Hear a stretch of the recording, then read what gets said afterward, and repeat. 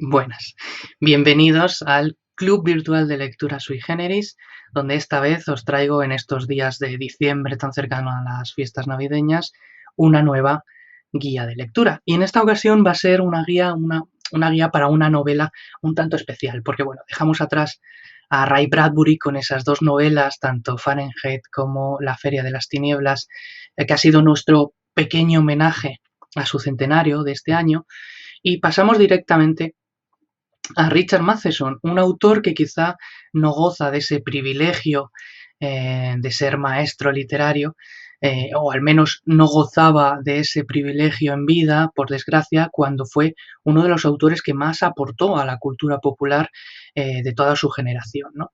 Y además es un autor un tanto sui generis en el sentido de que plasma su amor por la literatura en todas las áreas en las que trabajaba, entre ellas el cine, ¿no? Y se convirtió en todo un clásico de la literatura de género un tanto especial. Como os decía, no solo literatura, también fue guionista y bueno, fue uno de los grandísimos autores de colecciones de cuentos como Nacido de hombre y mujer, Playas del espacio o de grandísimas novelas como El hombre menguante o Soy leyenda, incluso la que nos ocupa, La casa infernal. Bueno, también participó, tuvo esa suerte, ¿no?, de participar en el cine y de además plasmar con su genialidad todo el imaginario de, de, del imaginario de Poe en grandes películas, ¿no?, como pueden ser pues La caída de la casa Usher o El péndulo de la muerte, y luego de sus propias historias, de sus propias narraciones, de la que también fue guionista, como esa maravilla que es El increíble hombre menguante, del año 57, o El último hombre sobre la Tierra, protagonizada por un Vincent Price, que no deja de ser una adaptación de Soy leyenda, ¿no? Una de las primeras adaptaciones de Soy leyenda. En este sentido, lo que consigue y lo que hace importante para nuestro club a Richard Matheson es que esa gran novela que es La casa infernal, que es la que vamos a leer y que hoy en día es considerada uno de los grandes clásicos del terror contemporáneo y que ha influido a un montón de escritores y de películas, como veremos a continuación, lo que consigue con La casa infernal es reinventar el género pues, de casas encantadas, de historias de fantasmas que nos retrotraen un poco a la literatura gótica del siglo XIX, y además fijándose en diferentes referentes. Uno de ellos, quizá el más importante, es La maldición de Hill House de Shirley Jackson, publicada en 1959. Y lo que consigue de alguna forma es, con La casa infernal, reconstruir toda una novela de Casa Encantada, pero asentando las bases de lo que será en el futuro todas las narraciones de este tipo de género, pero también todas las películas, sobre todo en los 90 y los primeros 2000, donde hubo un auge de este género en el cine. Bueno, en cualquier caso, como sabéis, estas navidades, pues bueno, son de todo, y yo creo que lo que más son atípicas. Por eso yo os invito, ya que La casa infernal está, digamos, basada en estos mismos días que vamos a leer la novela, pero de 1970, en estos días de diciembre, eh, yo os invito a pasar unas navidades, a celebrar unas navidades dando una perspectiva diferente al espíritu navideño, cambiando los villancicos por lamentos en los pasillos, las copiosas cenas por un poco de terror y un poco de suspense, y os invito a que me acompañéis a la gran mansión Velasco, que es esta casa infernal, y que todos juntos, bueno, pues pasemos unas navidades un tanto terroríficas. Bueno, ¿qué es lo que nos vamos a encontrar en la casa infernal? Bueno, fundamentalmente nos vamos a encontrar a esta casa victoriana, a esta mansión eh, totalmente llena de un mal en su interior, y que de hecho ya solo con su sinopsis vamos a ver que es algo que nos suena, que parece que ya hemos leído, que ya hemos visto. ¿Por qué?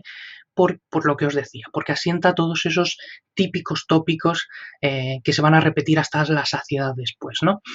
La sinopsis es sencilla: es un millonario que contrata a un equipo variopinto de investigadores, donde vamos a encontrar pues vamos a encontrar a un científico que todo lo racionaliza, vamos a encontrar a una medium, etcétera, ¿no? Y de alguna forma todas estas piezas van a ir encajando en esta historia un tanto moderna, bueno, pues de fantasmas, ¿no? Y de que se van, como os decía,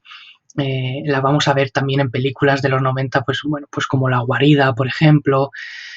o 13 fantasmas incluso, ¿no? De ese estilo. ¿Qué es lo que nos va a sorprender en La Casa Infernal? Bueno, principalmente nos va a sorprender cómo Richard Matheson construye la atmósfera, cómo va a inundar todo de una angustia y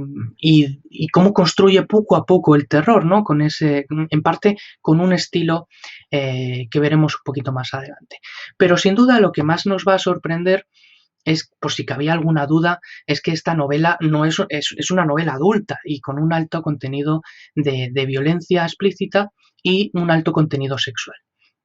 Digamos que lo que construye Richard Matheson con esta casa infernal, de alguna forma, es una serie de escenas que nos van a recordar incluso a obras como Justine o las 120 jornadas de Sodoma del Marqués de Sade, ¿no?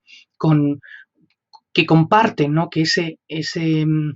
mundo arquitectónico aislado de todo, de alguna forma enajena a los personajes y les da una perspectiva de la intimidad y de la privacidad totalmente diferente, junto a la a la maldad innata que rezuma sexualidad dentro de las cuatro paredes por la propia historia de la casa, como veremos en las páginas de La Casa Infernal.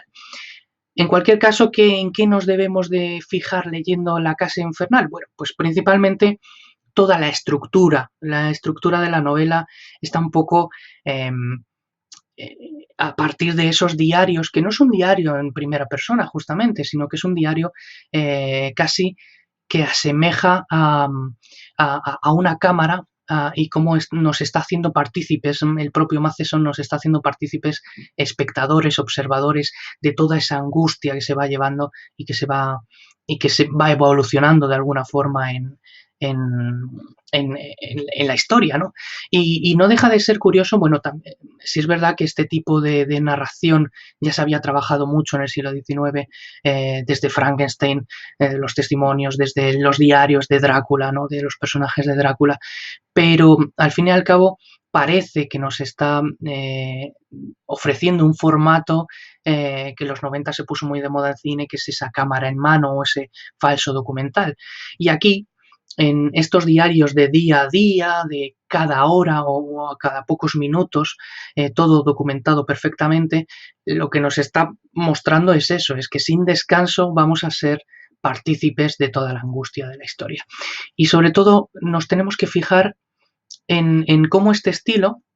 acompaña a los personajes, porque no solo evolucionan los personajes, sino, o sea, su angustia, sino también va evolucionando la casa. Y creo que eso es algo en lo que nos debemos de fijar. Bueno, por último, sí que os traigo una curiosidad bastante interesante, y es que uno de los personajes fundamentales que está ahí, pero que no está, y que ya lo veremos, es el creador original de la casa, Emeric Velasco, y que de alguna forma Matheson, bueno, pues lo toma de un personaje real que es Aleister Crowley. Aleister Crowley era un ocultista, un místico, un esotérico, un mago oscuro que de alguna forma, bueno, él desarrolló lo que llamó magia con una K intercalada para diferenciarlo de la magia ilusionista o de espectáculo, y decía que con este tipo de habilidad él podía moldear la realidad según su voluntad. Bueno, en cualquier caso, la figura de Aleister Crowley, que fascinó a Matheson, ¿no? Toda su biografía. A principios del siglo XX compra la casa Boleskine en Escocia, al lado del lago Ness, donde realiza una serie de rituales oscuros para invocar a los reyes del infierno, o más tarde, en los años 20-30, compra una casa y abre lo que él llama la abadía Telema en Sicilia, donde su lema era haz lo que quieras, y entonces, bueno, pues todos sus adeptos, que era como una casa de acogida, todos sus adeptos al final, bueno, pues terminaron de alguna forma participando en crímenes violentos, violencia sexual, todo tipo de ingesta de drogas, hasta que fue clausurada por depravación. En cualquier caso, Matheson coge todo esto de la vida de Aleister Crowley, lo moldea ese caldo de cultivo que al final lo que consigue es crear al personaje de Emeric Velasco, de todas las atrocidades que hizo en la mansión Velasco, y con ello creó la madre de las casas encantadas. Poco más, me queda simplemente esperar que disfrutemos de este tipo de terror en el club y seguir leyendo y seguir que nos sigamos escribiendo y sigamos extraigando citas en el club, en el chat y en los foros. Muchas gracias y nos vemos en nada.